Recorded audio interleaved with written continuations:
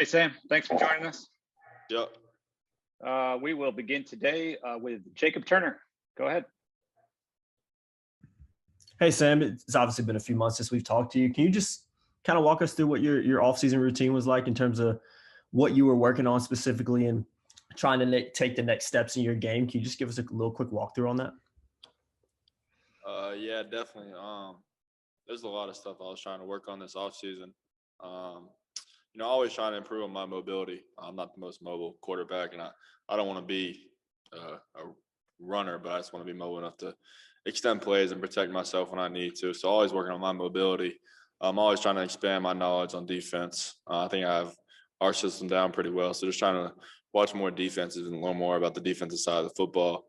Then just trying to study my own game and try to just really focus on my footwork in the pocket.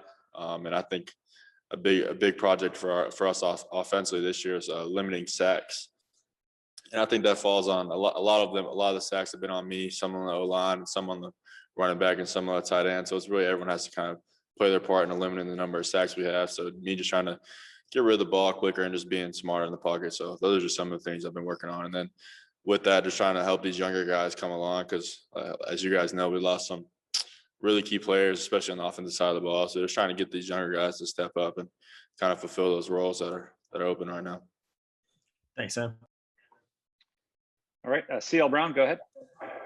Sam, when you kind of look back to last year and not having the spring, how do you feel like that affected your development, and what do you want to get out of it, this time around, being able to actually, have these practices in these games?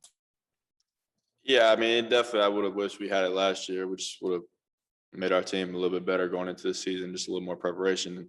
But I'm really glad we have it this year just because we have a lot of younger guys that are going to need to get a lot of reps this spring and going into fall camp. So I think this spring is going to be very valuable to us. And what we do in the spring, I think, is going to show in the season because we have a lot of young guys that are going to have to step up and play for the first time this year. So I think we got to take this springtime serious and really make sure we're taking advantage of every single rep we get. Okay, over to Dina King, please. Hey, Sam, how important is having Bo and Garrett come back for their super senior season?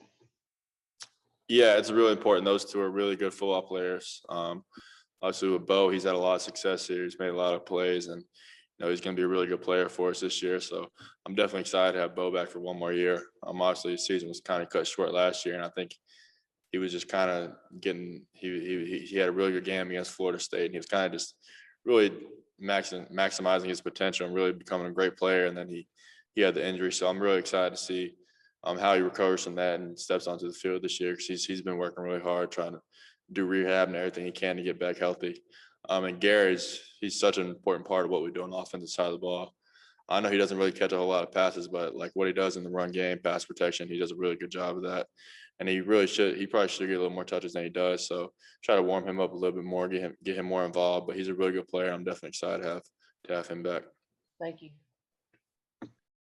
Andrew Jones, go ahead. Hey, Sam, you've gotten a lot of attention this offseason, and as the regular season nears, the attention's just going to pick up a lot more. Some guys use that as motivation to maybe meet other people's expectations. How do you process the kind of all the talk about you and all the hype about what kind of year you could have? Are you someone that actually uses it as motivation and fuel, or do you just see it and you just kind of disregard it and do your own thing? Yeah, I mean, that's a good question. I mean, obviously I hear it, I see it, but I try not to pay too much attention to it. I mean, people can say what they want, but at the end of the day, no one's expectations are higher than my own, and no one sets higher standards for me than I do for myself. So that's kind of how I am about that stuff. People can say I'm going to have a good year, but it's not going to happen unless I actually put the work in and take it one game at a time, one play at a time. So that's kind of my mindset about all that. It's just try to not let any of that stuff really affect my mindset and how I go about things. Okay, Brendan Marks, go ahead. Thanks, Mark. Hey, Sam, appreciate you doing this. You mentioned some of the new guys who are coming in. Obviously, Ty is one of the new ones who's going to be tasked with replacing some of the production you guys lost. I'm just wondering, how much did you know about him before he made the decision to transfer in, and sort of going into spring, what are you most looking forward to working on with him? Yeah, I obviously have seen him play at Tennessee. I have some friends that play for Tennessee, so I'd watch their games when I could. And he's a really special player. Just watching his film from what he did at Tennessee, I'm really excited to play with him this year. He's a really good player. He can do a lot of different things. He can come out of the backfield as a pass catcher and do lots of sorts of things. So I'm definitely excited to play with him. I'm just kind of trying to make sure he feels really comfortable in the system. Obviously, it's new coming from Tennessee, and he hasn't been here that long. So just trying to make sure he's good on the mental side of things. But from an athletic standpoint, he's fine. He's been in college for a long time. He knows what he needs to do. So I'm definitely excited for him. I think he's gonna have a really big year. Over to Chapel Fowler. Hey, Sam. But what's kind of been your view of the freshmen enrolled early, what they've done in terms of weightlifting practice today, just in general, how they looked? Yeah, honestly, all of them have really impressed me. They all kind of came in with the mindset that they want to make an impact early. So they're always here early. They're always staying late. They're always working as hard as anyone in the room, and they're always just trying to make sure you notice them, notice how hard they're working, knowing that they came in here trying to do something. They're not just here. They're not just happy to be here. They want to actually make an impact. So I could go through every single one of them, but I think you'll see a lot of those guys get some playing time this fall, and I'm really excited for all of them. Greg Barnes, go ahead. Hey, Sam, you mentioned the sack issue and how you played a role in some of those totals. I imagine a lot of that is just maturation and experience. Did you feel like you made significant strides from your freshman year to last year? And then kind of what goes into getting better at avoiding those sacks in terms of being aware of the defenses and those kind of things? Yeah, honestly, it's a lot of things. It's different on every single play. Maybe on some plays I could have just thrown the ball away. Some plays I could have hit my check down. Some plays I could have found there was actually someone open downfield. So it really is different on kind of every single play. So just trying to make sure I always just have the mindset of getting the ball out of my hands. So I'm just trying to make better decisions and just trying to take stress off the O-line because they do a really good job. And I know the numbers at times don't really look like they do. And I put them in some hard situations, just trying to always take some pressure off those guys. And when I can get the ball into someone else's hands, I need to be able to do that. How much of that is this the kind of the innate sense that you have of trying to make a big play and having the ability to make a big play, but knowing not to take that risk and to take the easy play? Yeah, I think you just have to balance it out. Everyone loves when you scramble around and then end up throwing a touchdown, but everyone hates when you scramble around and take a sack for 15 yards. So you just have to balance it out and try to be smart with it. I got myself into some trouble last year a couple of times. Against NC State, I took a sack like 10 or 12 yards and knocked us out of field goal range. Against Virginia, I took a sack, actually fumbled. That play really cost us the game. So just trying to be smart and knowing when I can extend plays and try to make a big play happen and know when it's not the right time to do it. Great, thank you. Ross Martin, go ahead.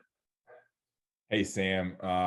Obviously a big year, and I feel like we know Sam Howell, the quarterback and the athlete. But I was just wondering, what do you do for fun? What type of things have you do in the off season or on days off that maybe we don't know about that we can kind of get inside the personality of Sam Howell? Yeah, I play a lot of video games, and actually recently I've picked up on golf. I never played golf my whole life, and recently I picked up on it. My dad got me some clubs for my birthday back in September, so I've played golf a couple of times. So I'm enjoying it. It's hard. I suck, so I don't know. I'm trying to get better. I try to play golf whenever I can, but yeah, it's something I'm trying to get better at. But it's a lot of fun. I enjoy it. But yeah, I definitely pretty bad at it. And then another question, I think it's always important to think about people's routines and do you have a certain routine when it comes to either morning routine or evening routine or something that really you focus on to get you going during the day? I was wondering that. Yeah, our workout schedule and now with spring practice starting.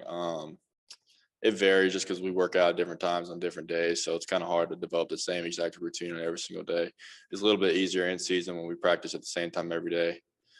So out of season, it's probably a little bit different.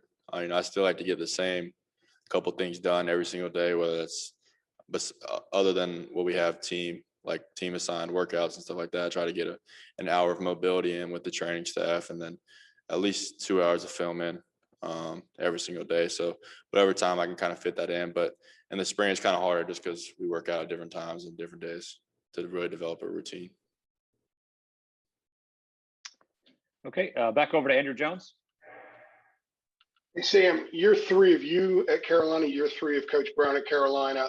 Has the message from him changed from when you first got there to last year, now this year, especially with maybe the standard a little bit higher, the bar a little bit higher of what you guys can achieve?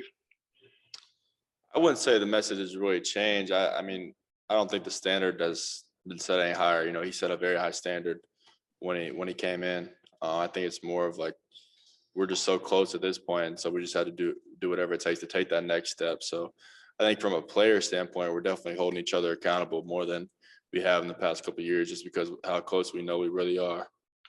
So I would say that's probably the biggest difference, but his message hasn't changed. You know, he came in here with a championship standard and a championship mindset, and that's how he's coached his team the past 2 years. So he's going to continue to do that, but it's really just upon us to like take it to the next level and do whatever it takes to bring us to that championship. Okay, back over to CL Brown. Hey, Sam, in terms of the COVID protocols, is there anything that has maybe, I don't know, loosened up, or are you guys still pretty much following the same stringent, regimen that you were to be able to play all season? Yeah, no, it's really the same. We still wear masks around the building. We still get COVID tested a couple times a week. We wear masks when we work out, so it's really the same. Nothing has changed as far as the protocols within our program. All right, last question for Sam will come from Gregory Hall. Sam, I know you mentioned spring being important for some of the younger guys. What about Josh Downs and Chaffee Brown? How have you seen them in the last couple of months kind of step up and knowing with Diami and Daz gone that they're going to have to step up and be the guys under Bo? Yeah, I mean, they've worked so hard. I think they know the opportunity that's in front of them with those guys leaving, like you said. So, they've been working hard to take full advantage of that. Diami's right here. He's back training for Pro Day. He just wanted to say what's up to y'all. He loves the media. He loves all that. So he just wanted to make sure he got in the press conference. But both Joffrey and Josh have worked really hard. They both had really good practices this morning. So I'm excited to keep working with those guys. But yeah, they're going to have really big years.